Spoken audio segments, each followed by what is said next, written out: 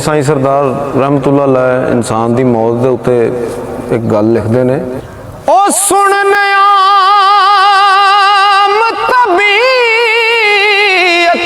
कोई कोई विच गल दे गलदियां वेखियां ने,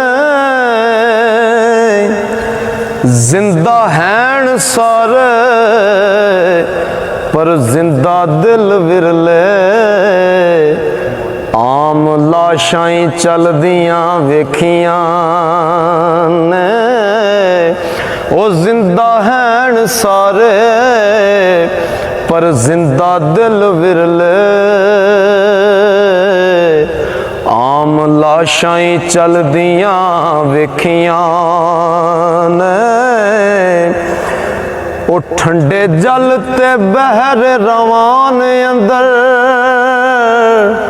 मैं ते अग्गां भी बलदियां वेखियां ने।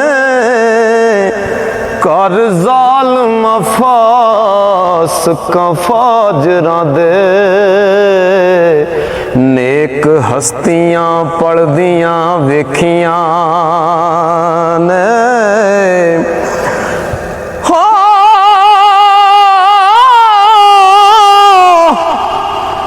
ताजों टुट के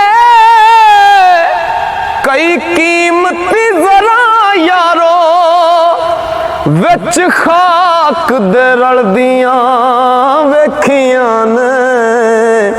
ते खाकों निकल के कई कोफलां रंग भरियां,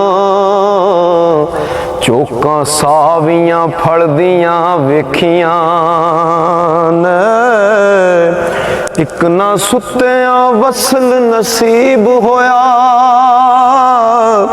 ओ चाल यार दी चलदियां वेखियां ने।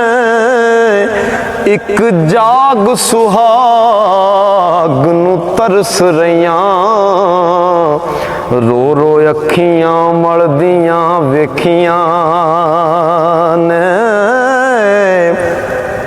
ओ डिठे बस्तियां विच वीरान खाने, जंगल चंडियां हलदियां वेखियां ने। और रोना उम्र ते साईं सरदार आया, जदों खित्तियां टलदियां वेखियां ने।